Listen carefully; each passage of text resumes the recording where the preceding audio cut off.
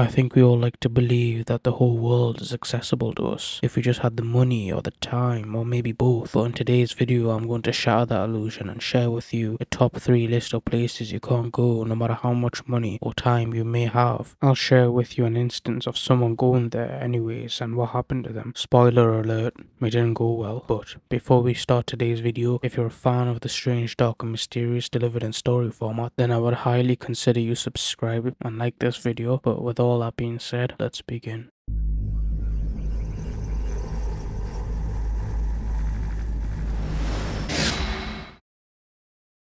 In the early 1990s, a man turns on his camera, flips on his light, and starts filming. As a viewer, all we can tell, he's in this grey hallway. It's very unclear where he is. It does appear to be something that may be underground, because everything seems to be concrete. As he's filming, he begins walking down this narrow corridor, where there's nothing on the walls or on the ground, or anywhere to give away where he is, and so for the first 40 seconds of him just walking down this kind of creepy hallway, it's very uneventful. Then, at some point, he aims his camera at what looks like an arrow that's been sprayed painted on the wall. He looks down at the ground and there's another arrow. He starts to follow the arrows. He's filming each one as he comes across them. As he goes farther and farther off the main hallway, at some point, the arrows bring him to this room, which at first you can't tell what's inside, but then as the camera focuses, you see that there's a massive pile of human remains. The guy filming does not seem to be alarmed by what he's seeing. In fact, it seems like he came here knowing he might come across this room full of human remains. After staring at this room for a few moments, he doesn't go in, but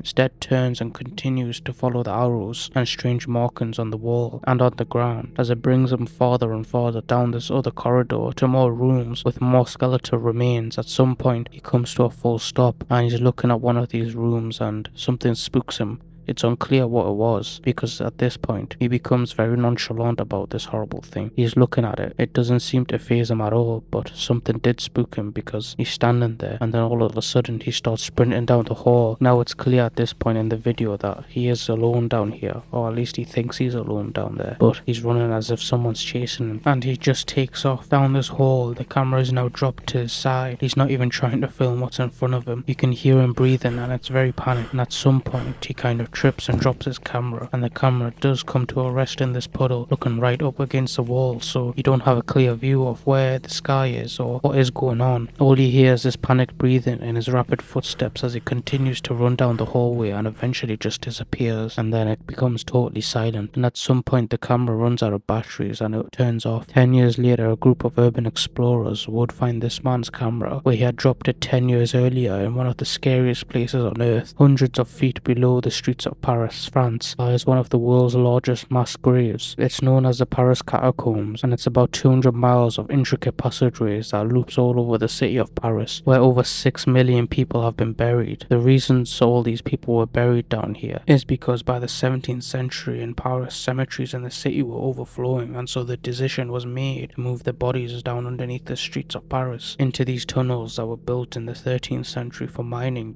and they began packing in these people to the tune of 6 million bodies before they ultimately stopped doing that, starting in the late 1800s. The catacomb became sort of a popular tourist destination, but only a tiny section of the catacomb was made open to the public, meaning that there are literally hundreds of miles of passageways in the catacomb that are totally sealed off to the public. No one goes in there, even though many people believe in these forbidden sections of the catacomb. There are entrances to additional levels of the catacomb, that there could be as much as 400 miles of passageways in the catacomb just waiting to be explored, but no one's allowed to go in there, at least not legally. There is an entire community of people that are sneaking into forbidden sections of the catacomb by going through sewer drains and getting into train tracks and sneaking into these little cracks in the side of the walls. It's incredibly dangerous. It involves wriggling your way into these 13th century tunnels that are unmapped, pitch black, and no one knows you're in there. Not to mention you're surrounded by literal millions of dead people. Once people start figuring out how to sneak into the forbidden section of the catacombs, there's been countless stories of urban explorers sneaking in and getting lost, and unfortunately never coming out again, which is exactly what we think happened to the guy with the camera who saw the arrows and then ran away. His camera was located at miles and miles into one of these forbidden sections. In 2014, Kenny Veach was an avid long-distance hiker that spends lots of his time hiking around the Mojave Desert in search of caves and abandoned mine shafts to go check out. Sometimes he'd bring his girlfriend with him, but most of the times he would be on his own, and he would stay out for a couple of days at a time. Kenny was constantly on YouTube watching hike videos and anything to do with the Mojave Desert, and Kenny was a regular commenter on all those types of videos. In June of 2014, Kenny must have watched this video called Son of the Area 51 Technician, because he had left this comment where he was telling the community that had watched this video that he had a very strange thing happen to him when he was out hiking near Area 51. For those who don't know what Area 51 is, it's a highly confidential US State Air Force installation that is very frequently looped into alien conspiracy theories. Kenny goes on to describe this strange event, and he said he found this cave entrance on the side of this mountain that was shaped like an uppercase M. As Kenny walks up to enter this M-shaped cave, he said his body started to vibrate and stopped him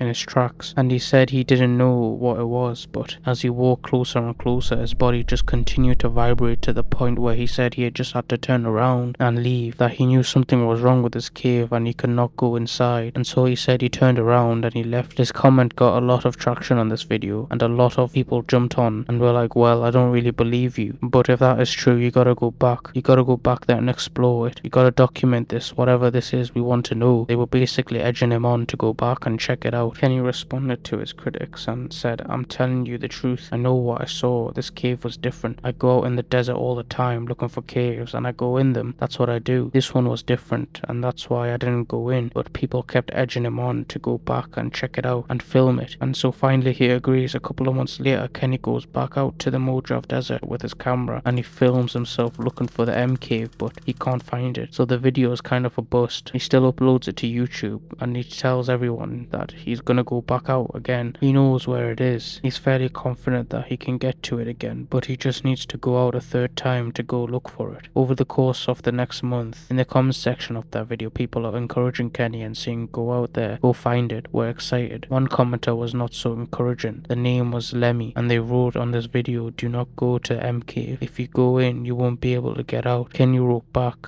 what do you mean? And Lemmy didn't respond and subsequently vanished from YouTube. Then he brushed this off, and on November 10th, 2014, he heads back out once again to try to find M Cave. On November 14th, when he had not returned and his girlfriend had not heard from him and couldn't get in touch with him, she called the police. The police launched this massive search for Kenny. They knew roughly where he was going to be because he had documented it so aggressively on his YouTube channel. And so they searched in that area, and after about a week, they found his cell phone and it was laying outside of an abandoned mine shaft. Now immediately searchers think, well, he must have fallen into this mine shaft that was almost a vertical mine shaft. He must have fallen in there to his death, so they get a camera and they feed it down into the mine shaft and there's no one in there. And very clearly no one had been down this mine shaft in a very long time. Certainly not Kenny. There were no tracks around where his phone was located, so no animal tracks or people tracks. And the phone didn't have any blood on it or scratches on it. It was just sitting there with no new information beyond the cell phone. They had nothing else to go on, and eventually the search was terminated. Kenny never turned up. He was just gone. After that, while it's pretty easy for people to chalk up this whole M Cave thing as a total nonsense, and that they believe all that happened is Kenny went out into the wilderness of the Mojave Desert and ultimately got lost and died, and that's fair. I do want to offer one thing about his description of being near the cave. That the first time he saw it, he described his body vibrating to the point where he couldn't go any further and he had to turn around and leave. The United States military uses this thing called the access denial system around the highly classified installations. Anywhere you go, you cannot risk someone getting in. Like a fence isn't good enough. They use these machines that fire beams at people that get too close. They're non-lethal, but it's like being thrusted inside of a microwave. You feel hot and really uncomfortable, and you turn around and you get the heck out of there. The fact that Kenny was right near Area 51, a highly confidential area, regardless of alien conspiracies, it's a known highly confidential base, and he's been discovering the strange cave entrance that doesn't look like any other cave entrance, and he's walking up to it, describing it basically what it feels like to be hit with the access denial system. It makes you wonder, did he discover some secret entrance to some secret base, or is this a bunch of nonsense and he's just got lost in the desert and died? We don't know, but what we do know is that his search for M Cave probably ended his life, and that's why you should never go looking for M Cave. As the sun began to set on August 18th, 2010, Ben McDaniel, who was 30 years old, walked to the end of a pier, put on his diving equipment and jumped in the water. He slowly descended to 115 feet and came to a stop right in front of a very famous underwater sign. The sign very clearly tells anybody who sees it, do not go any further unless you are absolutely certain this is the right thing for you to be doing. If you go farther, you're probably going to die. Like the 300 other people that have died doing this particular activity, he swam right past the sign and he went 300 feet to the very famous underwater locked gate. Now, the only people that have keys to this are extremely experienced divers, and even they don't typically go into this area because it's so dangerous. Ben was not one of those very experienced divers that was given the key, but he still desperately wanted to get to the other side of the gate. So he's sitting there yanking on the gate and he's getting himself kind of pushed inside a hallway through the gate. He can't quite get it open, and another diver saw him doing this and was actually concerned that Ben was going to get trapped on the gate itself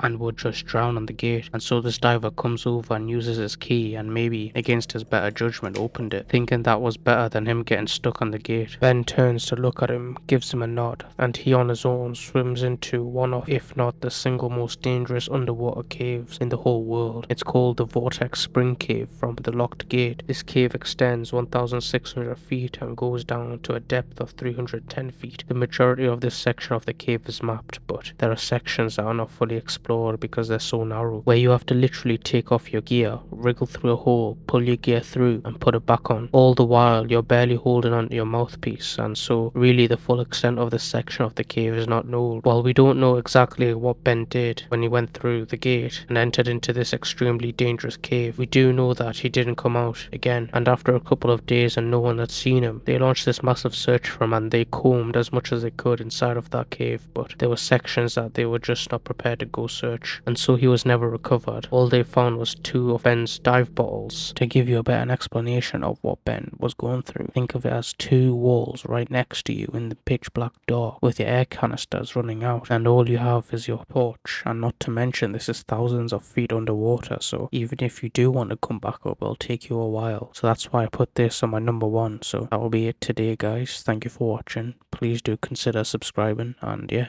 goodbye.